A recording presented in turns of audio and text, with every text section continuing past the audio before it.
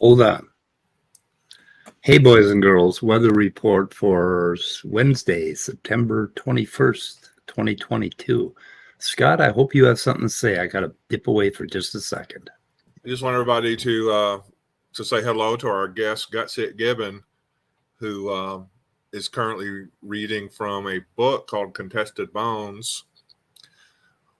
What we do in the background as we put together this professionally produced YouTube channel is we gripe about who has better channels than we do and is more successful. And today, of course, we were talking about Erica from Gutsick Gibbon because, damn it, she has castings of bones that she uses to illustrate things, which is like brilliant and awesome.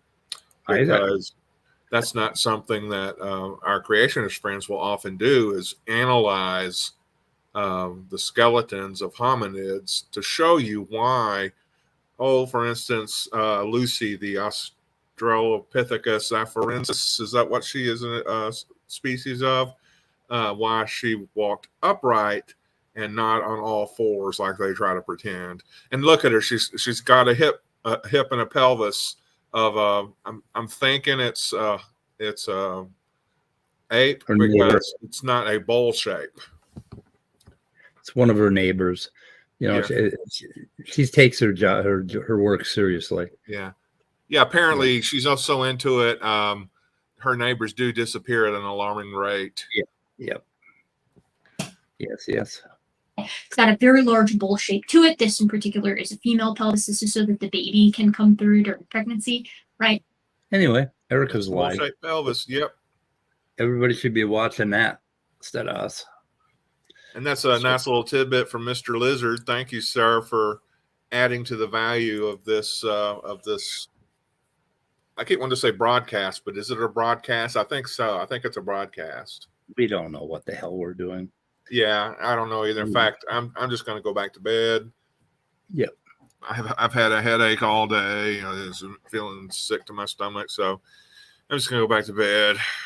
Yeah, I can't play this because of copyright strikes, I'm sure, but basically sending snack to Abu Dhabi is like I dream about this constantly. So I was outside in the cat fence, and I was going along the ceiling of the cat fence looking for little holes that Snack could get out. And I look over, and Snack had climbed up the fence. So he was eye level with me, and he looks over at me, and then he looks at the hole, and it's like, yeah, that's one I could get out of. And then the little sucker jumps off, whips over to the other side, and he runs up on this deck, which is 10 feet off the ground. And he's like walking these little planks between the fence and the deck and just running back and forth. And I'm like, what the fuck kind of cat are you?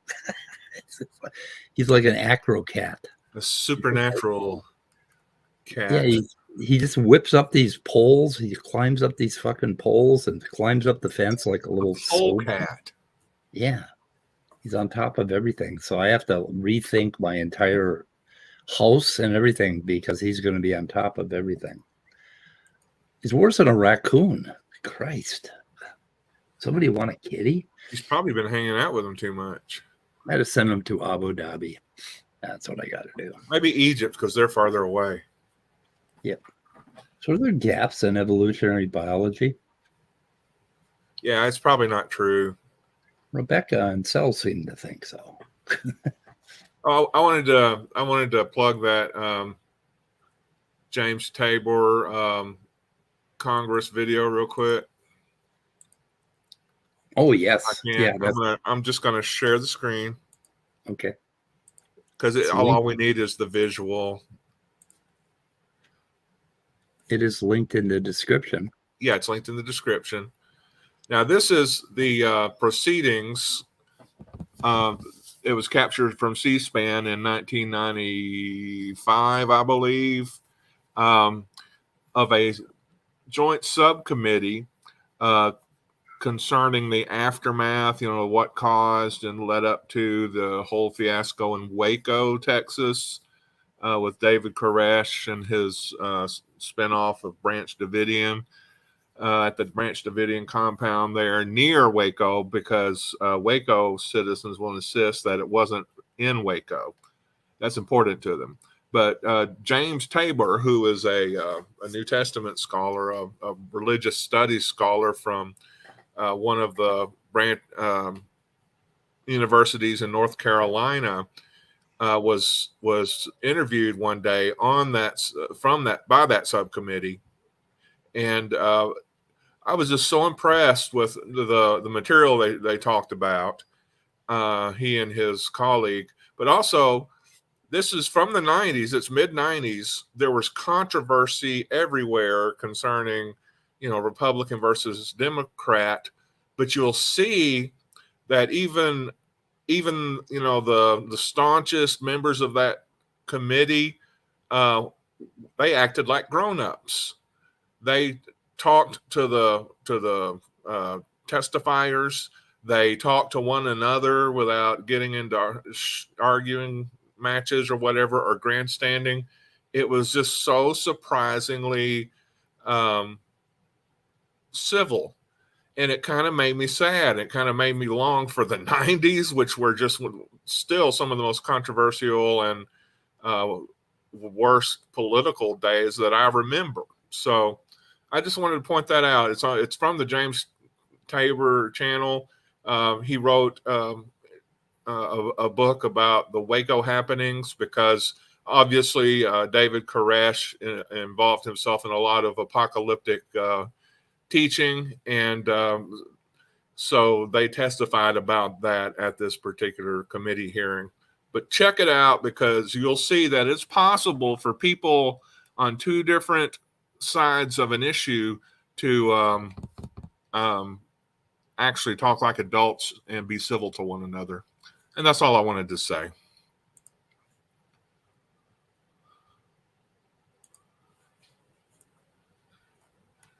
And I want to say hello to Germania, who's out there. Hello to Maya Atkinson, who I'm always excited when she joins our side chat. I saw Orge out there, Woolly Ignorant. Mr. Lizard has been dropping facts about Australopithecus afarensis on us, which is great. Woolly Ignorant, did I say Woolly Ignorant? Topdawg. Yeah, we have some pretty cool people out there contributing. Are you with me, Speed?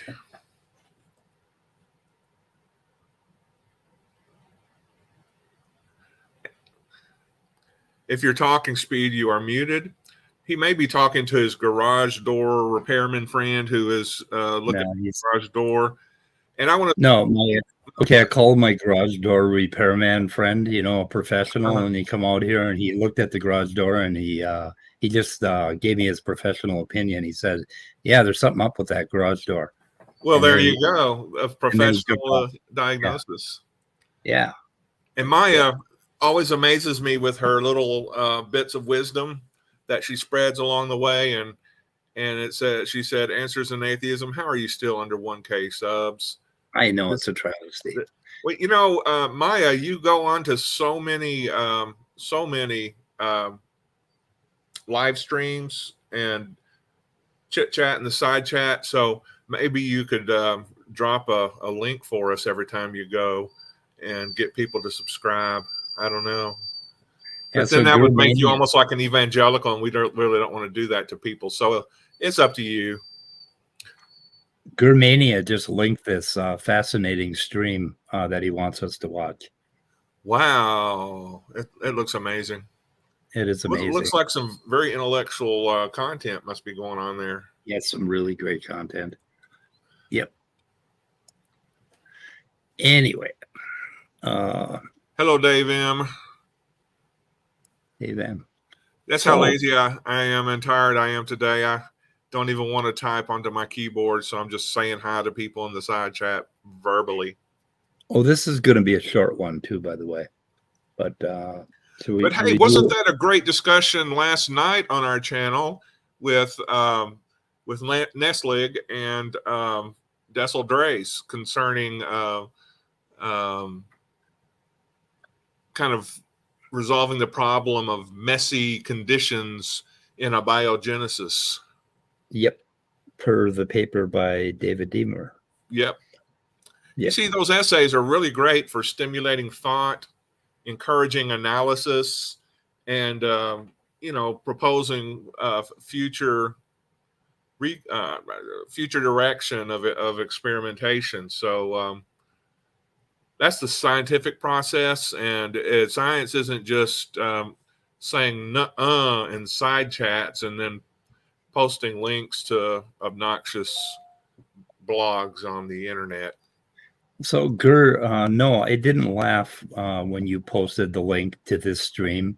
I cried because I thought maybe Gur sobered up and finally posted some content that we care about, something we can use, And no, Gur posted a link to this stream. So no, I didn't laugh, Gur. I cried. I died a little bit inside too. Way to go, Gur. You killed speed just a little bit. You killed a little bit of my liver. That's right. Yeah. Anyway. Okay. So what the fuck? Are we gonna talk science or should we just fuck it? This is gonna be a short stream, 5 o'clock today. So I've had to have garage door people out to work on my garage door before. It's always expensive, but I'm sure glad for not having to strongman that thing to get my car out. I know. Oh God, we tried lifting ours, me and him together with 2 big steel bars, and we couldn't even lift it. Oh yeah, yeah. Can't do it. Yeah, these days I probably wouldn't be able to because of my shoulder. It's just been mashed up too much. But yeah, you can definitely throw something in a direction that doesn't need to be thrown by trying to open a garage door without that spring. Was your professional sharp enough to go out there and catch right away that there was something wrong with the garage door? Oh yeah. He charged me $300 for it too. So yeah, my guy just immediately just zeroed in on the problem. The problem is like there's something wrong with the garage door. That's why I called you, Gary. Anyway, whatever. So what's happening? Well, you have a question from Miles Davis. I do? Which is amazing because he's long since passed. Fine, you come back. You know what happened. Who's he talking about? Rebecca. Rebecca? It doesn't sound like she's planning to come back. Like she said something about I think she's busy with a couple other things and she was going to at least slow down, but I don't think she said she was leaving unless something new happened. I'm not sure. I don't know.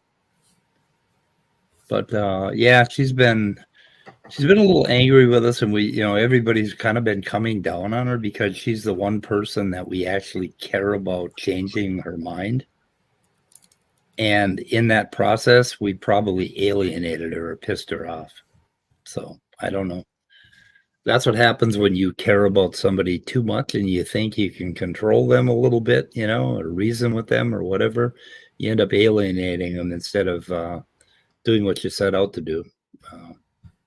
So I don't know. Good lesson in that. You can't change people. You just let them be. Right? That's correct.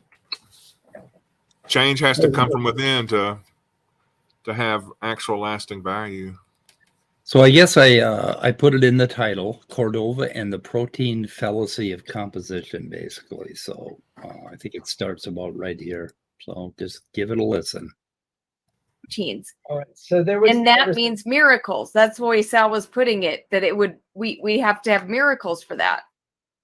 the first thing I said, even Dr. Dan would agree with me. Okay, here it is. God. Okay, hold it. I'm so fucking tired of hearing that Dr. Dan and every other biologist in the world would agree with you, Sal. It wasn't just Dr. Dan.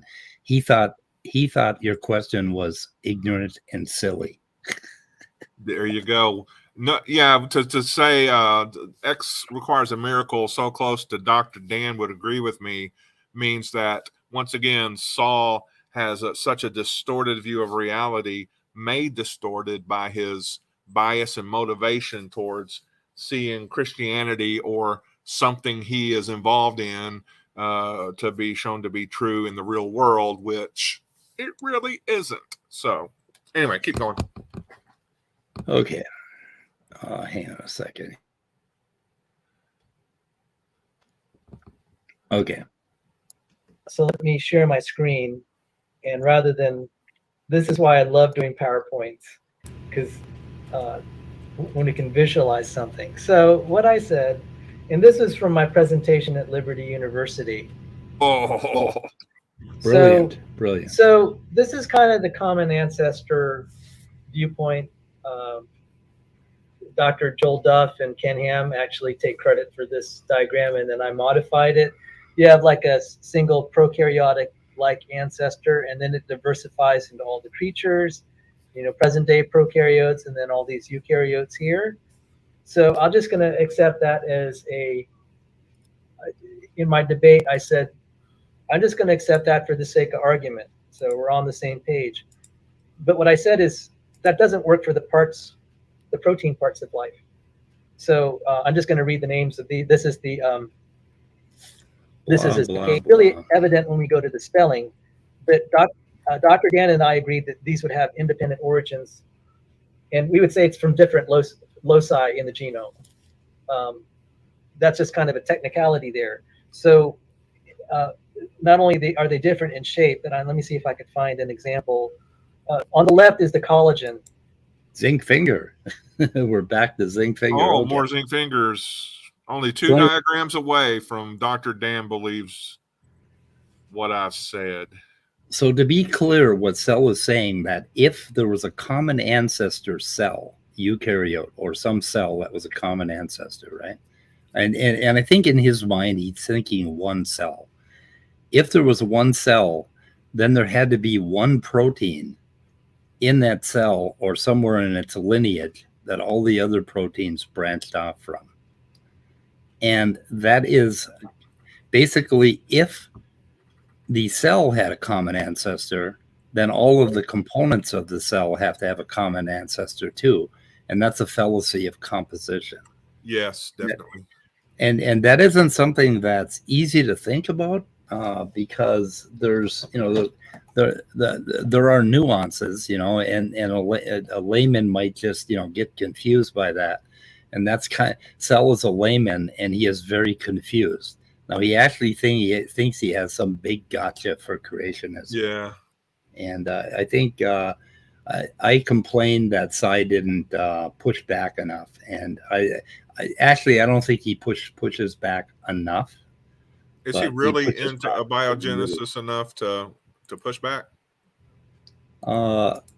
No, and I think that's, actually, abiogenesis is one of the things that he's currently working on, I think. Yeah, but the idea of proteins needing ancestors, or basically heritability with proteins, seems like it would be a ludicrous idea, no matter what level of biology you're in or chemistry you're in. So I linked 3 papers. One of them that Sel mentions is this Forterre. And now this is interesting. Just watch this. Okay.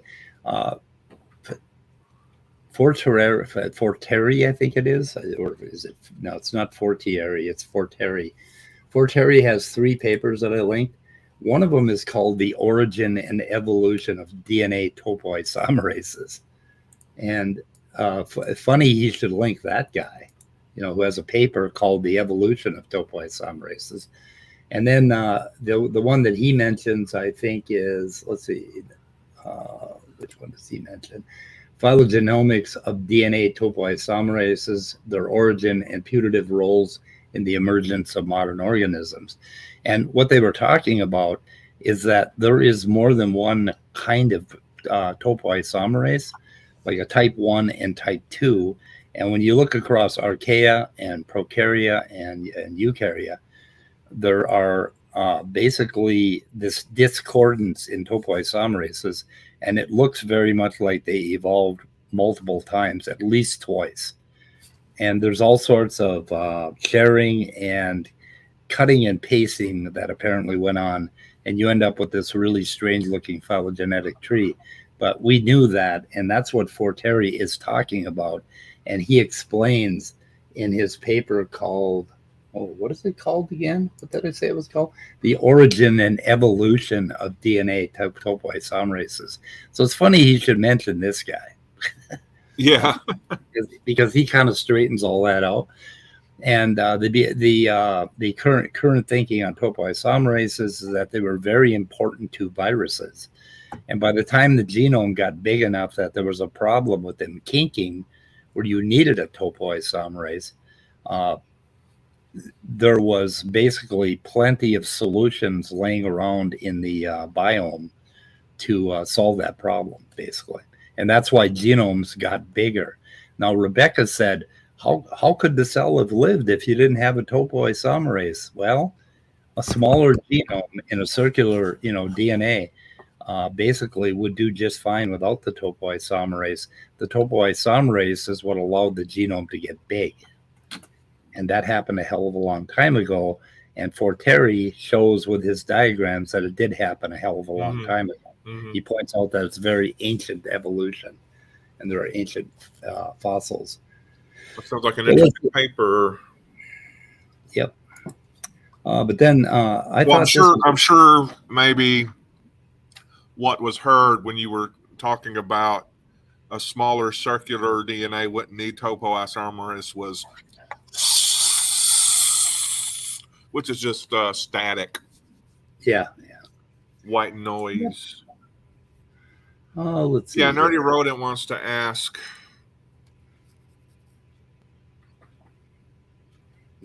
Yeah. So, yeah, you have to spend 15 minutes parsing a question like that with all sorts of double negative value. Yep.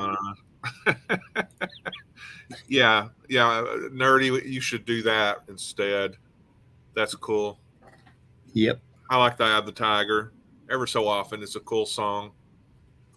Anyway. Like when I used to do, aerobic exercise such as running or treadmill or elliptical, I would like to hear that song every 6th or 7th time that I worked out.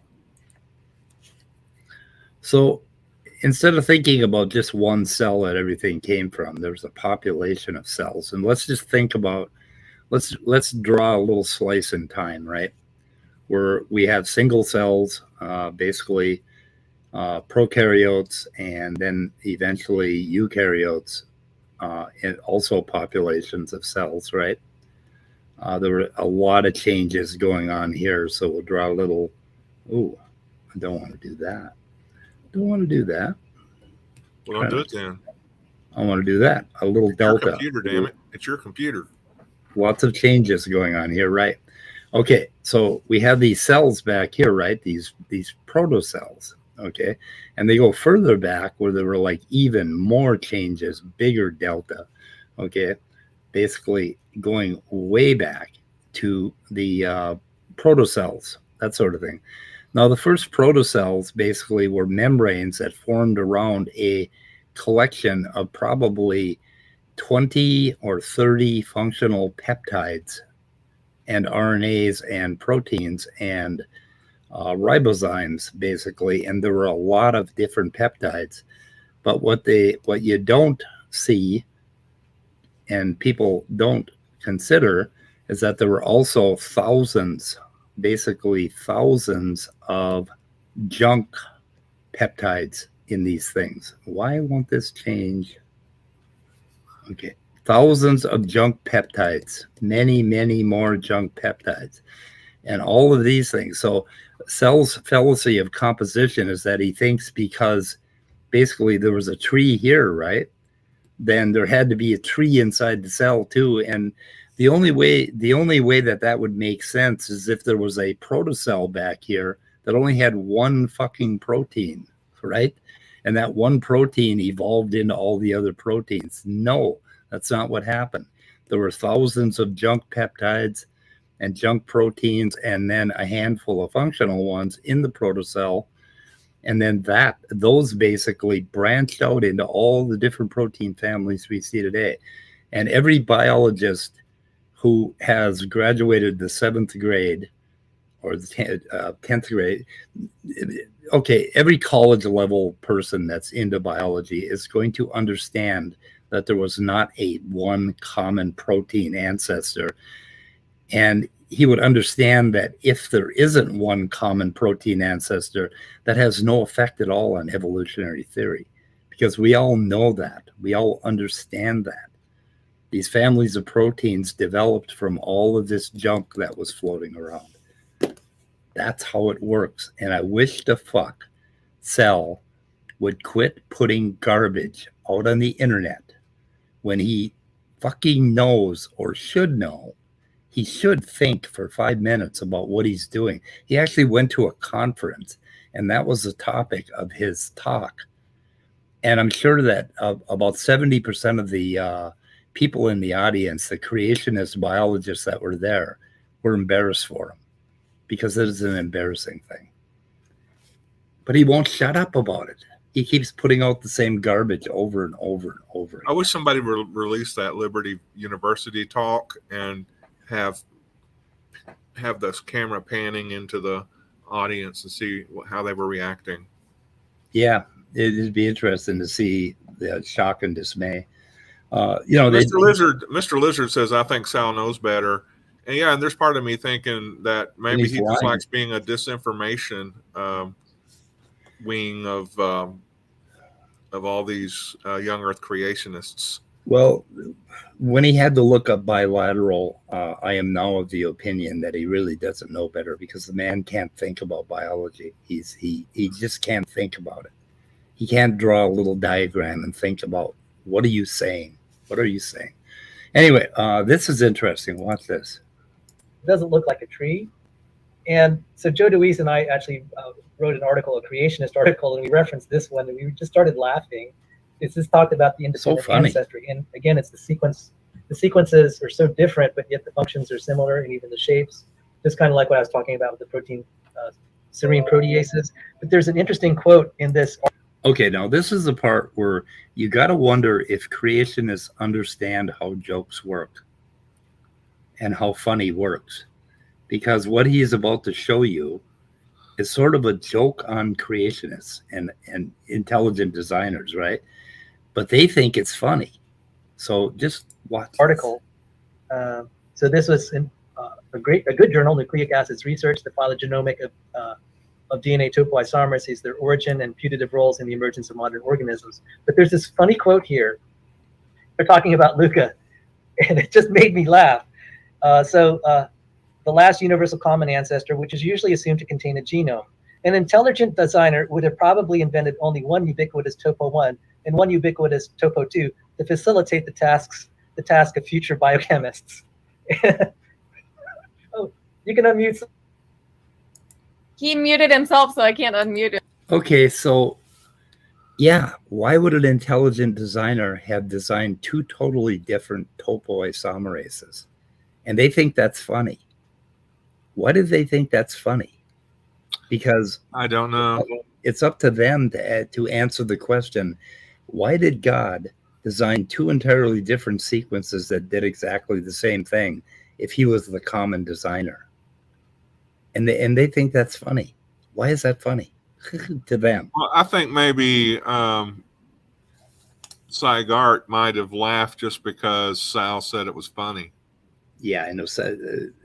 Sai is being a good guest is what he is. Yeah, and I wonder if he read that paper on his own prior to this discussion, and maybe he would realize the context. Yeah, here's the quote, and I always highlight the cherry pick quotes in green. But I don't know why they cherry picked that one, because that's an embarrassment for them. I just don't get it. I don't get these creationists. I don't know. Now let's see. I think, let me see what I got here. There's more than one way to make a polymerase. I mean, To know, because I tell them there's not just one way to make a protein of the same function. There are many ways. So try to throw out some of your probability arguments. You have to reframe them.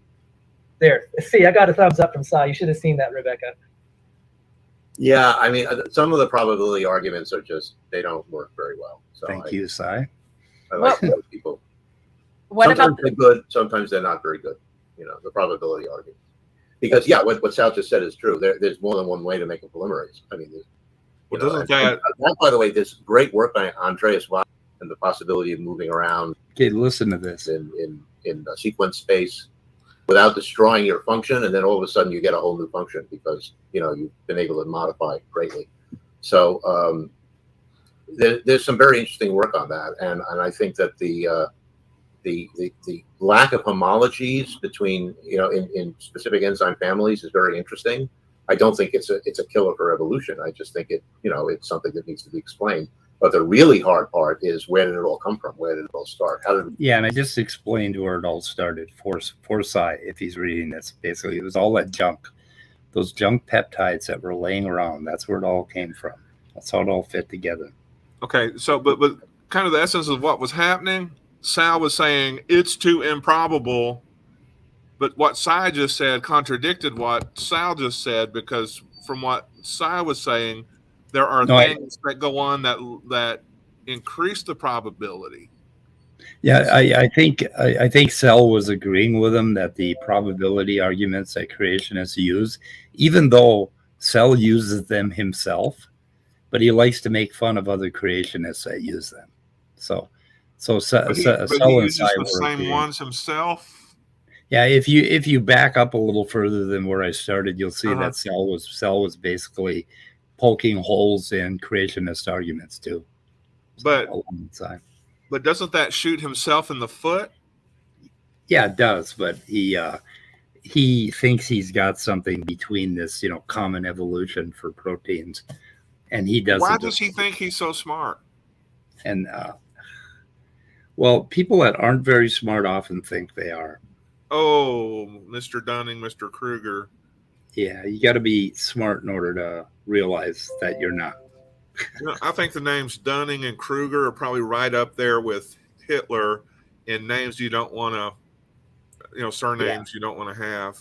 You don't want to have anymore. Okay. But anyway, that's not necessarily true. I'm sure there's some very fine people named Kruger, very fine people named Dunning.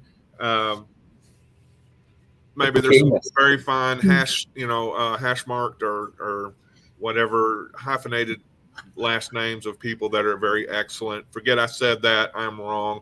And it's hypocamus, Logan Fisher.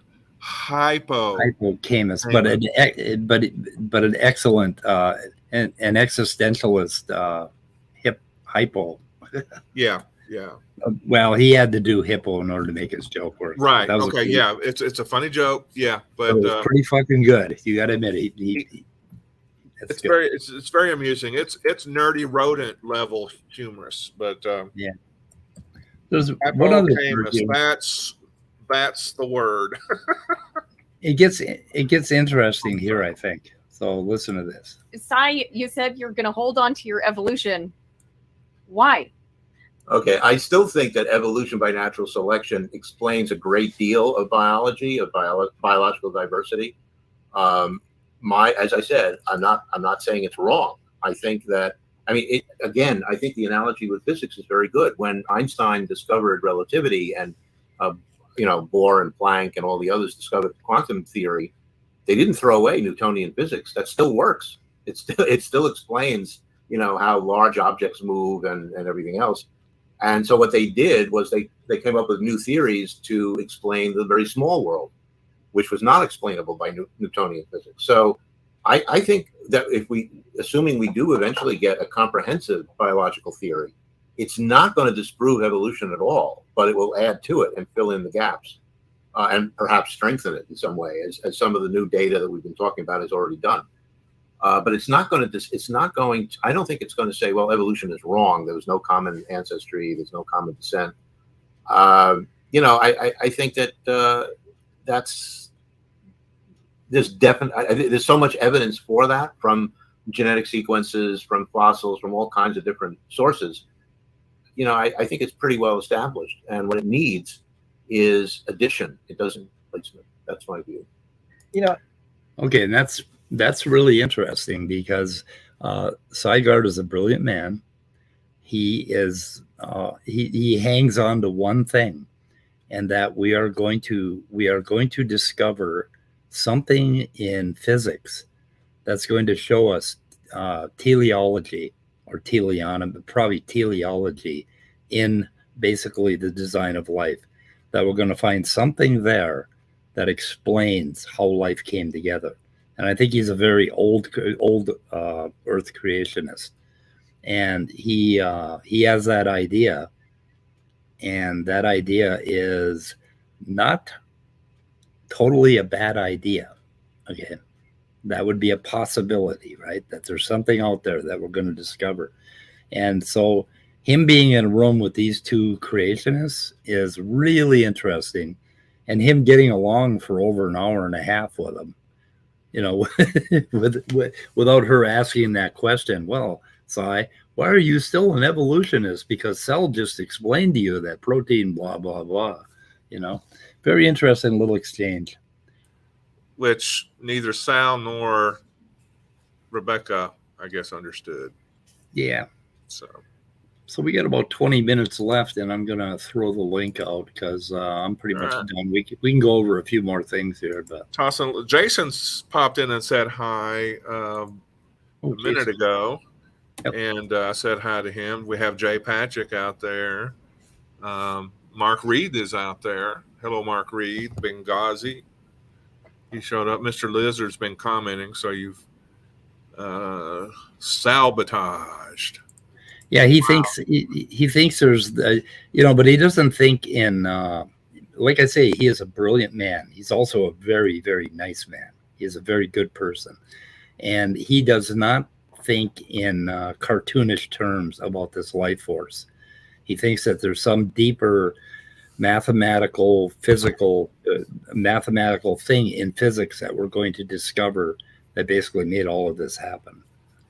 But is there anything that can be observed or measured or I guess even inferred that that gives you a hint that might be true? Does he give anything like that? There is no sign of it, but he's hopeful that we're going to find it. It's exactly like David Chalmers with his theory of consciousness. David Chalmers believes that we're going to discover something about the universe that creates consciousness, like some new physical law, some property of the universe as of yet undiscovered.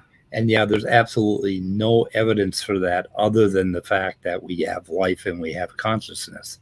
The intuition. Yeah, that's what they would point to, because they cannot imagine how chemistry alone could have done this. But I can. And that's the one point that Cy and I disagree on. But anyway, having him in a room with two creationists, he behaves very, very politely. But I don't think he agrees with a whole lot of what was said. I think maybe what he does is while they're talking, the Sesame Street song, Elmo's song, is going on in his head, which is la la la la la la la la Elmo song, la la la la la la la la Elmo song is going through his head, and that's the only way. That's the only way I could cope. Yeah, and something that Cy shares with Rebecca is they're both people that I would hold up as Christians and say, here's how Christians are supposed to behave. And I wouldn't say that. They don't like it when you point that out. Yeah. Don't they? they don't like it. They don't like it when you point out their behavior not conforming to their scripture. No, I mean those two do behave according to scripture. Oh, well, Rebecca and Si both. yeah. Oh, Rebecca But and that Simon, other yeah. that other joker in there, the one that screwed up the Easter Bunny for children, yeah, him. He does not fit that pattern at all.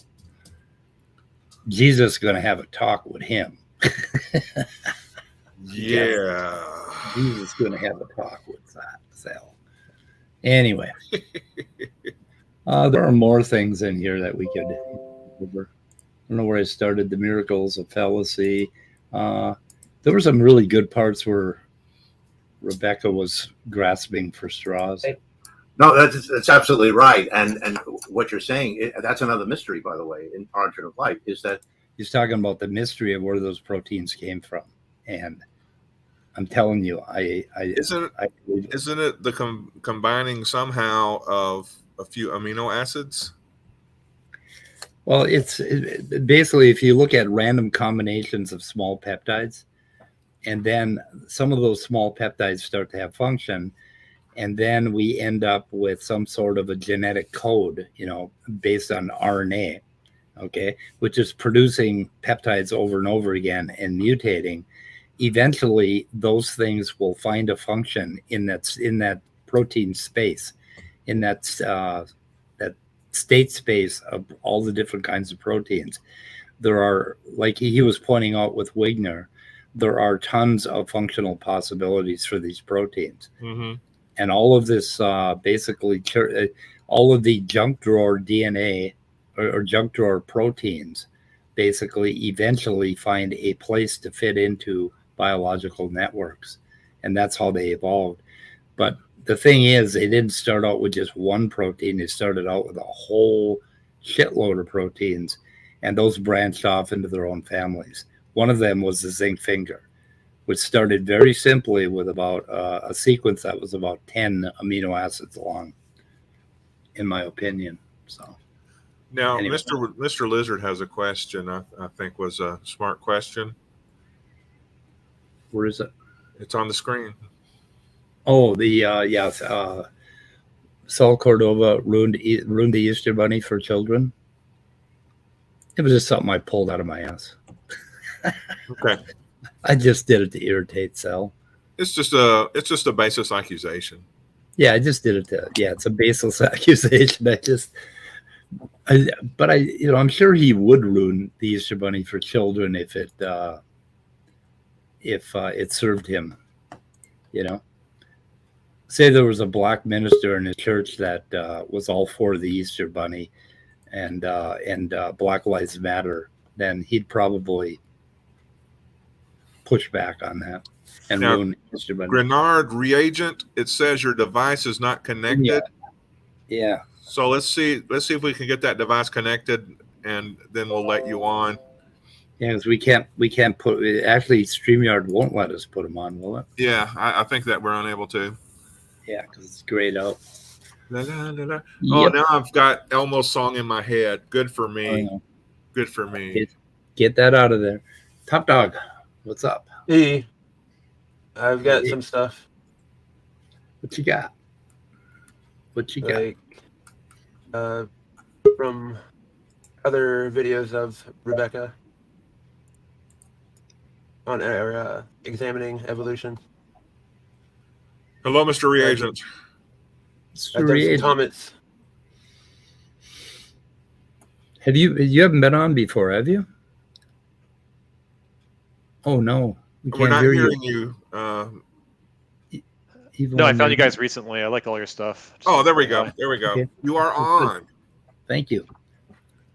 Thank you very much. Yeah, man. You got anything Did you want you to have share any- with us? Any topic you want to bring up? Actually, the biggest thing I want to do is to test out this StreamYard thing.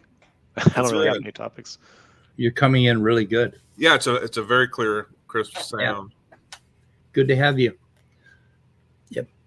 And another thing is about Mark Reed even had a encounter with Darth Dawkins.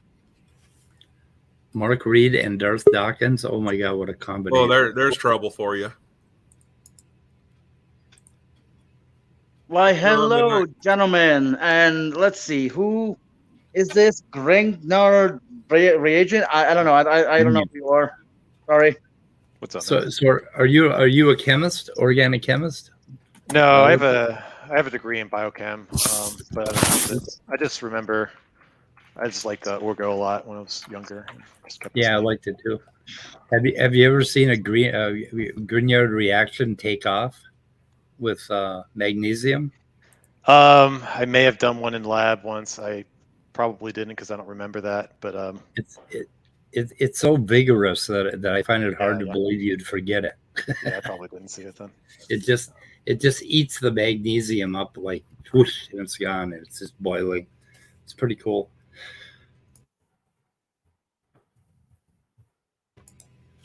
One of my favorites. Anyway. So guys, we're going to wrap her up in about 10-15 minutes. So anybody got anything that we can cover in that time? Or what do you want to talk about? Scott. Meet you. Yeah. I've been doing a lot of reading on Texas history because of an author named Gerald Horne, who I think he's rather left-winging, but his scholarship seems very thorough. But you know, he's one of the ones that he wrote a book called The Counter Revolution of 1776, and you know, it's basically about the slavery's role and motivator in the Revolutionary War. He goes heavily into pre-Revolutionary War activities as well as afterwards, and then slavery was very involved in the Texas Revolution, or whatever they call it, independence, and slavery was a major force, a major reason. So it really reminds you that whatever they taught you in school, they were leaving stuff out. And we may not like history so much, but really it behooves us to find out what really happened in our past, because if you're getting it from a government agency, so many politicians have dipped their hand into it to where you're just getting such a distorted view of our past. And if that matters to you, then you just gotta. Well, wait, Scott, wasn't it about state rights? Oh, okay. But yeah, the right to enslave people.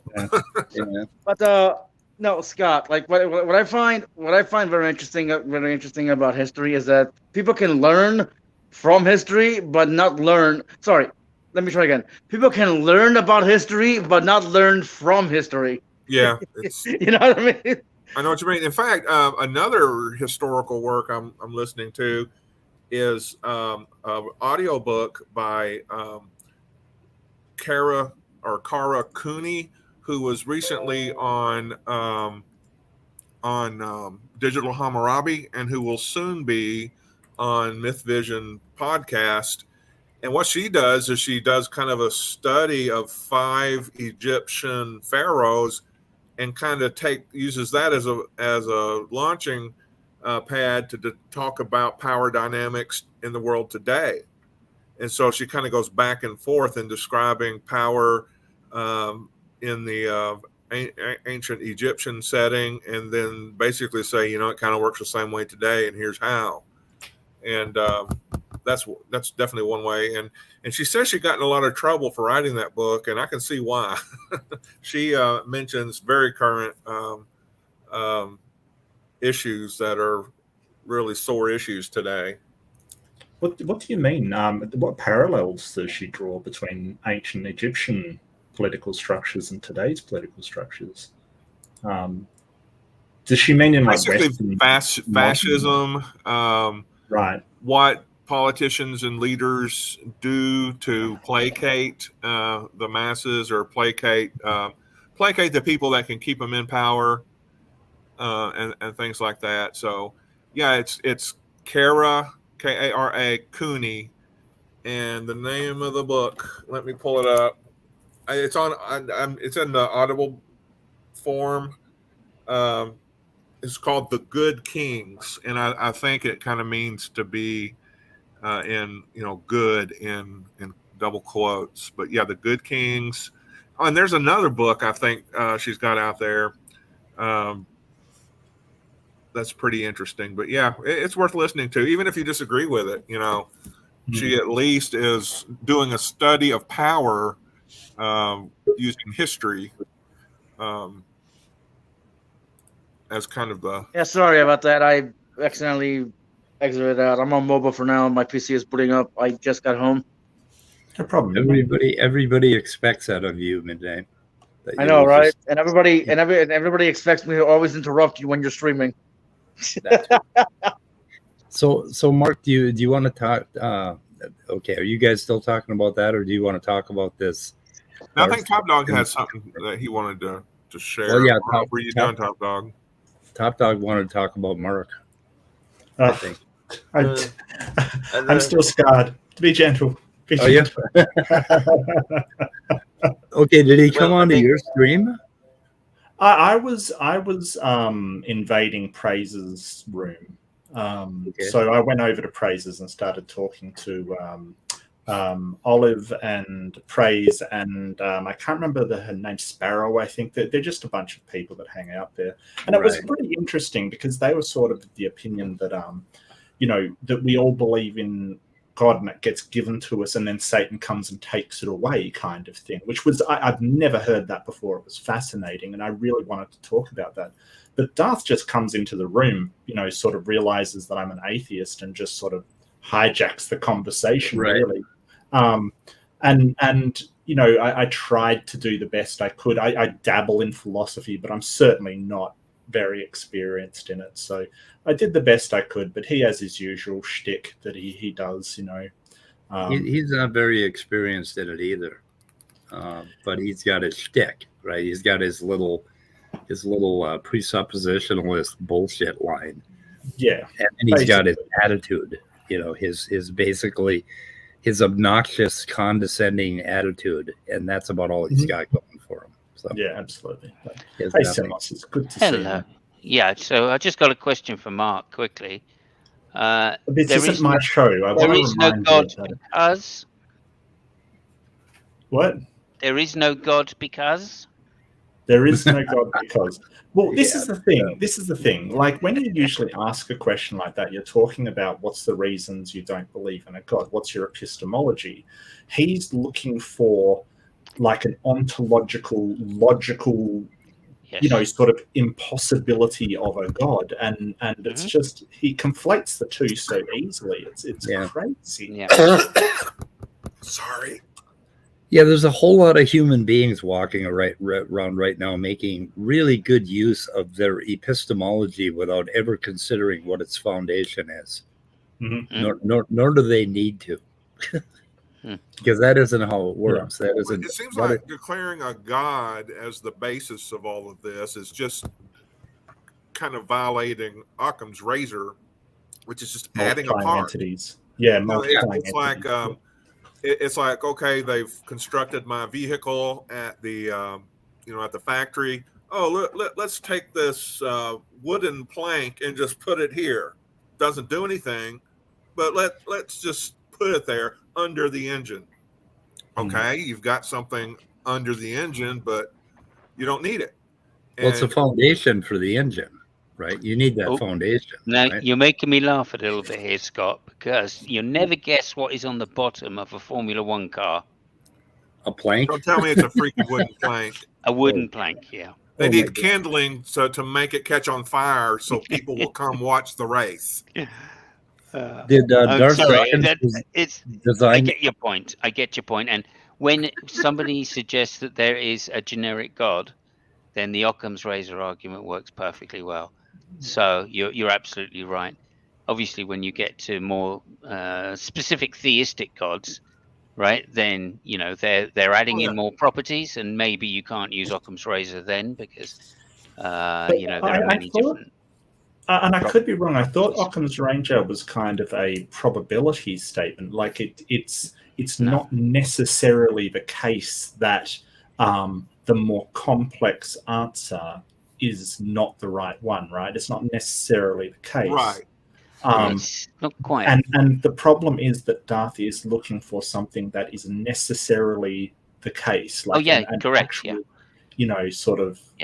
So again, you're talking epistemology, where Darth is talking, well, you need a logical defeater for this thing. And my problem with presupposition is you could do it for literally anything and get the same result. I could presup a magical unicorn. I could presup fairies. I could presup just about anything, magic, anything at all, and billions of things, and it would work exactly the same, exactly. Well, the logic works the same, but of course, all he's going to say is, well, you're just describing God. And you can call it anything you want, but I'm talking about God. Do you see what I mean? So he says, anytime you use that transcendental argument to describe the ontology, that's not true, because there's a few bit of baggage that God comes with, and one sort of, or at least in my opinion, one sort of a mind. So if you want to say it's a unintelligent magical force that just does things kind of thing, you can make that presupposition and back it up without ever getting into the God category, because it has no mind. But if you want to call My Little Pony magic that creates the universe and is the source of all intelligibility, God, that's on you, but it's just magic, bro. Yes, but of course he has an answer for that quite easily, to say that mind is one of the qualities that he associates with this creator, right? He calls it the creator-created distinction, and mind is one of them. But of course, when he says mind, he's not talking about the kind of mind that a human has. He's talking about the kind of mind that God has. So it's a category error to say that because minds can't be disembodied, right? Or we have no knowledge of disembodied minds, therefore his invocation of a mind is unreliable, or at least not justified. That is the case, because he'll just turn around and say, no, well, I'm not talking about that. Well, So, I mean, sorry, go ahead. Well, it's all dodging. Remember, it's all dodging. So you're absolutely correct. The first point you made about him saying, this is I want a deductive argument as to why there is an impossibility that God can exist. And no atheist can say that, right? Because it's obviously a logical possibility, just because something is logical. But you're just talking about a clash of worldviews there, right? Because he thinks everything has to be grounded by a deductive argument. Otherwise, it doesn't count, because induction cannot ground anything to be, what's the word I'm looking for? To be true. Well, I wouldn't mind that if he would answer questions about his own worldview, but that's never on the table. Well, he does, he does. Over the years, he has. Well, Mark, I wanted to ask you a question, because I heard you say My Little Pony magic. I was like, wait, did he do that on purpose? So was that accidental? What's that? What? Mark said My Little Pony magic when he was talking about a god creating the universe. I was like, wait a minute. It works just as well in place of a god in Darth. No, I know. I just find it funny. Hey, you got a problem with My Little Pony? Come on. No, dude, look at my avatar. What are you talking about? You're just saying you like the My Little Pony reference. Okay, that's cool. His nickname is My Little Brony. Midnight. Bear in mind, the reason he's reducing God to the minimalist kind of concept is to avoid these equivocations between the atheist saying, look, it could be this or this, right? Because he's got an argument against every single other worldview, allegedly, right? And of course, when he does explain his particular worldview, yes, it comes down to circular reasoning, right? Or foundationalism, one of the two, depending on which angle you go from. So again, you're absolutely right. Okay, to say, well, Occam's razor is the thing, because no, there's a simpler explanation, Darth. Right? Is what you're trying to explain is in itself the explanation, not Yeah, that something has to ground it. I don't know. I just, I really don't want to talk about him. I found his arguments really unconvincing, and I think, it's better for us to move on to stuff like what Scott and Speed is talking about, which is sort of these science arguments coming out. I mean, let's face it, like Darth arguing on these kind of crap, and I like philosophy, but it's not going to change the world like science will. It just won't.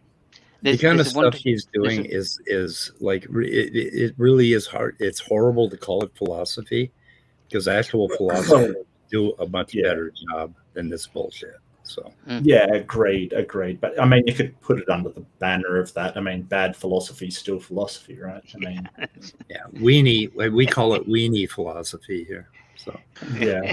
Well, like I said, I'm no expert. I mean, I'd love to get Jay's opinion on it and see if the ideas that I sort of tossed out have any merit. But yeah, I'm sorry. I feel like I'm hijacking your show, Speed. I'm really sorry, mate. I don't want to do that. No, that's there's only one other thing we have to deal with. There were some accusations thrown at you just a little while ago in chat that you ran from Jill, or you didn't show up on some debate. I hate you guys so much. So a lot of people feel that way, Mark. I don't know. Well, if you go to the debate channel, because I was actually angry about this. I really pride myself on when I commit to a debate or an appearance or anything, I'm there, or I'll let them know. There's no way I just dump an event. So through a correspondence through 23 emails, I think it was, trying to organize this thing with Jill. Holy shit. So it was. Those of us that know Jill are not surprised in the least, of course. And look, I've got to say, Mark, you deserve it, though, Mark. Right? Why? You've taken on G-Man. Hey. You've taken on Jill. This is scraping the bottom of the barrel. It really is. Okay. And now Darth Dawkins. Love you to pieces, mate. And now Darth. I mean, my God, yeah. The fuck? I just debate who they send me. It wasn't like I went out and found Jill. I went through Debate Cafe for a debate. A formal but do you understand the concept of climbing the debate ladder and getting No, not really. Ladder. Basically, you're obviously not. You're jumping into the debate septic tank. It's basically, yeah. Well, I mean, that's cool. Mr. Batman, another one that you just definitely, Neffy, you don't want to debate these people, okay? Trust me about this. But who's out there? How do I get hold of people to debate that are actually going to have a good debate? It's granted. I debate who I can and who's willing to debate me. I don't know how else to, I sign up for debate channels and YouTube sites that do debate, and this is who they send me. Yes. I would feel like I'm punching down, but I can't find anybody to punch up at. We'll try to find you. I really don't mean to be condescending, but I would love to debate somebody who.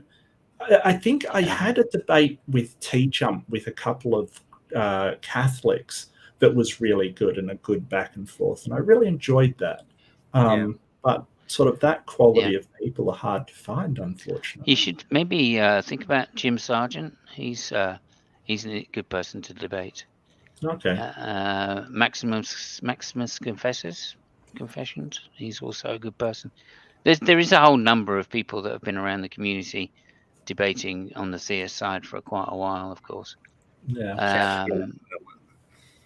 It's just a matter of getting them into an interesting discussion, really. Well, don't forget, I'm really new at this as well. So I've only done about a dozen debates. So I am really new still. I haven't had a lot of experience. So people just don't know who I am because I just haven't been around. I started this less than a year ago. So yeah. That's cool. And again, I'm taking the Mickey in some respects because the G-Man and Jill. Here comes the expert Jill. on Jill. Right. I mean, these are the bottom of the barrel because they're contrarians in some respect. Okay. Well, I will one day work my way up when I figure out how to do that speed. That's the dream. That's the dream. Yeah, me too. Actually. That is the dream. Yeah, but thank you all. What happened with Jill was that he sent an email saying, "I can't do this Sunday. We'll do next Sunday," and then closer to the date, he said, "I don't like the subject. I've got to cancel." So twice he cancelled the debate on that day. So of course I went, well, I don't have to wake up early because I'm 12 hours out. And on the email thread, you guys still hadn't even figured out exactly what you specifically want. So he already knew the topic was biblical slavery, but you guys were trying to address what it is specifically about slavery you wanted to discuss. You hadn't even come to an agreement on that, and yet he's throwing a temper tantrum saying, that's not the topic I'm going to have to cancel. It was absolutely stupid. Yeah, well, So typical. Debate Cafe, they held a "this is being cancelled." So Jill showed up to that, and Debate Cafe sort of went, "Oh, well, one person's here and the other isn't. I guess Jill wins." And I was pretty mad about that because it's like, well, but they did. I did talk to Taylor after being very mad at him for a short period of time, and he sort of posted a retraction of sort of sorry for saying that Mark didn't show because he said that on the day, and I thought, what the hell? So I wasn't happy about that, but he did do a retraction, and he's doing right by me. So yeah, Taylor had this sad little video out that the debate didn't happen or something, but he did mention that it was scheduling. Yeah, he had one where they went live and then said that, and then he did an apology video that's only about not even 2 minutes long. Okay. I sent a couple of pretty furious emails at him, because look, one thing about me, if I'm angry at you, you're going to know, there's no confusion there. I will say that I'm angry at you kind of thing, which is, sort of a, it's just something about me. I don't generally tend to hide what I'm feeling. One of the best things was Jill trying to tell me that Mark Reed wasn't responding to his emails, and Jill sent me an entire email thread, right? All the quoted text of all the emails where he wrote an email, Mark responded. He wrote an email, Mark responded. And I'm like, your point? How did you do that? How did you just make that claim? Mark wasn't responding to any of your emails. You just sent me a thread where Mark is repeatedly responding to your emails. I don't know. Jill's got a weird idea of what evidence is. He's just a weird person, Jill. Yeah. Well, are you guys doing the debate on the 25th, Mark? Yes. Well, I am, definitely.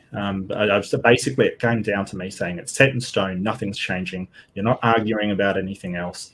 Either show up or don't show up. I don't give a shit anymore. Because quite frankly, after 23 emails and talking with Jill for that amount of time, is just it's already too much. Yeah. I was frustrated by the end. Eventually, and I'm usually pretty professional when I talk to people. Eventually, I was like, accept the debate or fuck off, Jill. That's basically what I wrote him in an email. And yeah, I don't feel good about that. But at the same time, after that amount of ridiculous stupidity, I've gotten to the point where I feel great every time I tell him to fuck off. Well, fair enough. Oh, swearing. That is his tactic. That is his tactic, is to frustrate you, and then so what is this? Get you riled because he thinks if he can get you to say some stuff which is an insult, personally insult, that gives him the higher ground. Then all the Christians will think that he's the winner. So GR, this video you posted praises Done with Darth, and you won't believe what he said about him. It was good. It's pretty long, but it's kind of like this long, dramatic, like soap opera that happens on Clubhouse. So, like, the short of the story is just that Praise was friends with Darth, and Darth was on his channel, and Darth took privileges that Praise didn't like. So Praise kicked Darth, and then Darth had a falling out with Praise. And then this is a conversation with Praise coming into the Tom Rabbit channel on Clubhouse, and really hilarious. And more recently, Tom Rabbit put out this like CGI animated video that took like excerpts from this conference. It's just really funny. I highly recommend it. That was actually Darwin's Greatest Hits that put that out. Also, it's worth mentioning that when Praise, check this out, when Praise invited Darth into his channel, right? Darth insisted that he have mod powers. Then when they had the first slightest disagreement, Darth then went to his channel and banned 80% of the people on it that he disagreed with. It's like 30 people banned. Yeah, it was like just crazy number of people. Christians, right? That's great. Darth was like, well, they're not a Christian, fuck them. They're not a Christian, fuck them. So he just destroyed Praise's channel. But Simon, but what's great is what's awesome is the fact that Praise, I think even to this day, blames Tom for him answering those hypothetical questions. Yeah. He didn't have to give any answers. He could have just said, I don't like where you're going with this, Tom. I think I know what you're doing, and I'm not going to participate in it. Right? Yeah. He didn't do that. For over an hour, Tom is giving him these ridiculous hypotheticals, and Brady's like, yeah, I think he would throw a baby out of an airplane window. Yeah. When to throw scalding water. It got so ridiculous. Darth is back on Praise's channels and they're buds again because they were, friends again. And after I was kicked, right, and this is the hilarious thing, after I was kicked out for arguing, basically, not giving Darth the answers that he wanted, basically, I dropped back in now and again to see, and Darth was ranting about me for ages afterwards. And it was like a hostage situation. It was like these people just sitting listening to this guy and everybody's scared to say anything, like... Well, make sure you get a copy of that, Mark. Make sure you take a copy of it, okay? Oh, you've got a video of it. I was recording it. Yeah. Oh, fantastic! There you go. Great. It's up on his channel. I posted the link in the live chat. Yeah, I mean, it didn't have the entire conversation afterwards because I was just dropping in afterwards, and I just ended it. But yeah, I mean, Grace put it up on his channel. These people, brilliant. Yeah. Are you talking about this one? Praise I Am and Darth are buds again. I can't find the September. Yeah, that's about the same. So that's about 21 days ago. Yeah. So that's probably when they hooked back up. Yeah, that's right. Yeah, it wasn't much longer after. Darth, obviously. They do this back channel and they're Christians. So they go, well, forgive me then, Darth. And then he goes, well, yeah, I am a Christian. I'm more of a Christian than you, so I will.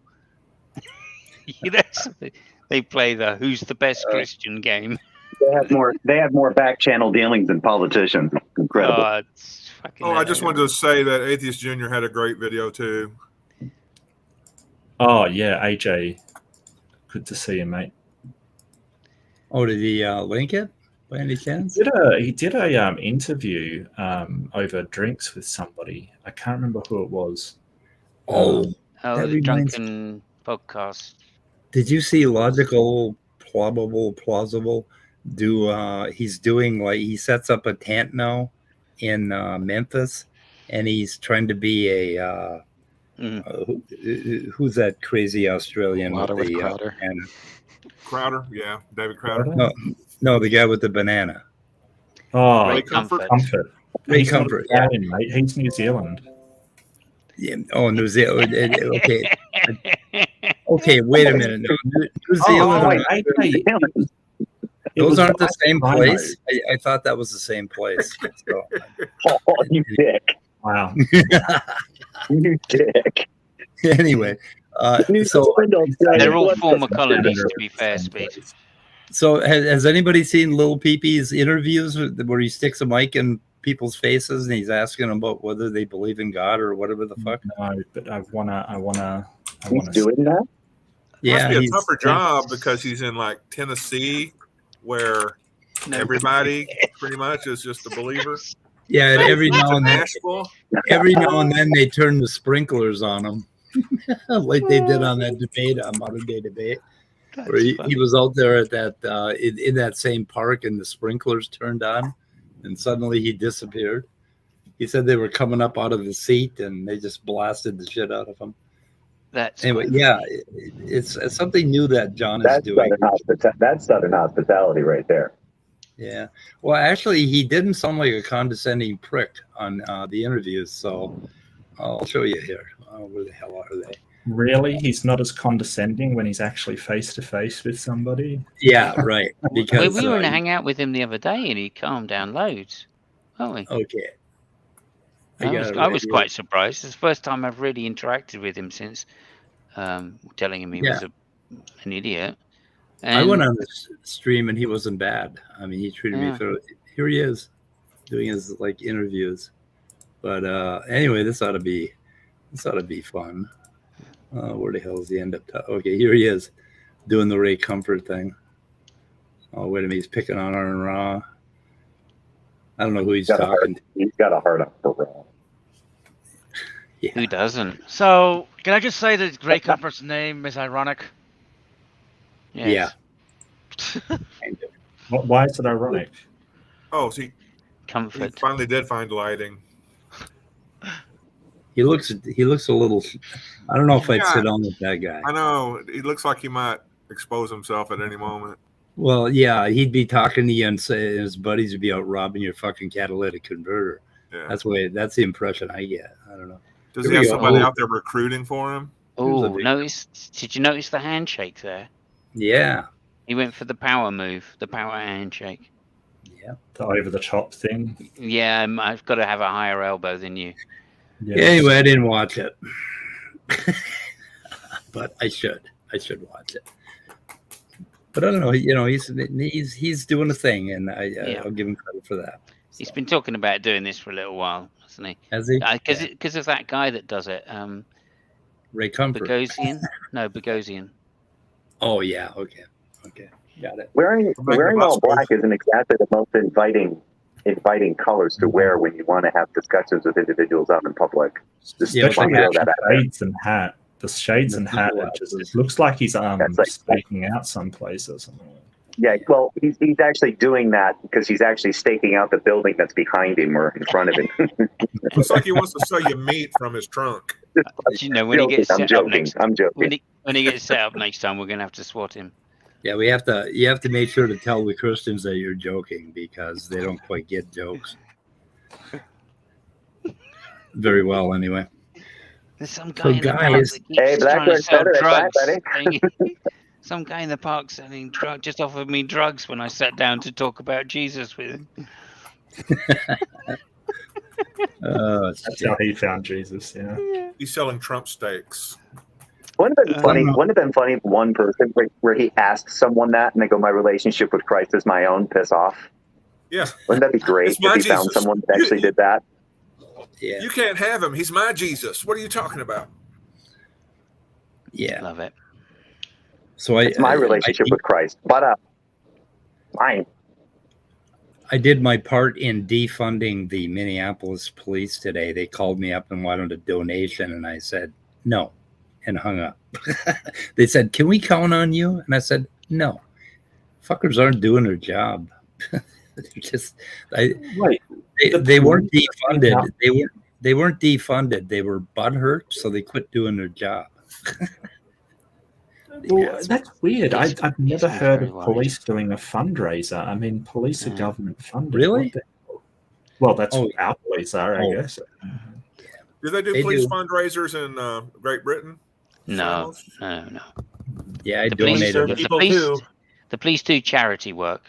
Yes, yeah, sure, but they're not like taking it for the police. They're giving it to they were taking it. They'll do it for whatever organization like. That's so weird because you guys have that seizure thing where they can just seize stuff in some. Yeah.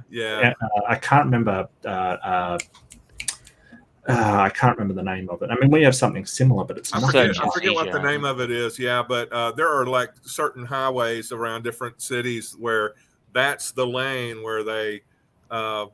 Basically they try to hit people for their money, like they're because of drugs, drug dealers. Hey guys, Scott, do you want to stick around and end the stream? And I gotta bow out.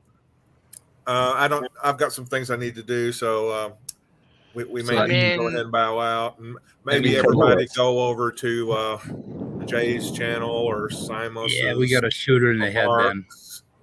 And no worries. Well, my brother's going live at 7 o'clock Eastern Standard Time. So. Oh, okay. Okay. Yeah. Okay. I'm sorry, but yeah, we got a shooter in the head right now. I hate to, but let's PT Barnum that thing, baby. Well, we can Like- take advantage of the off air and do our own back channel dealings. This hangout is Yes. this hangout is very much like Jill. Okay, I'm killing the show. So I just want to thank everybody in the side chat. Now, Simon's Funk, be ready. Stick I'm around ready. backstage. I Stick was around born backstage. ready. All right, be ready for the ending. And Yeah, be ready.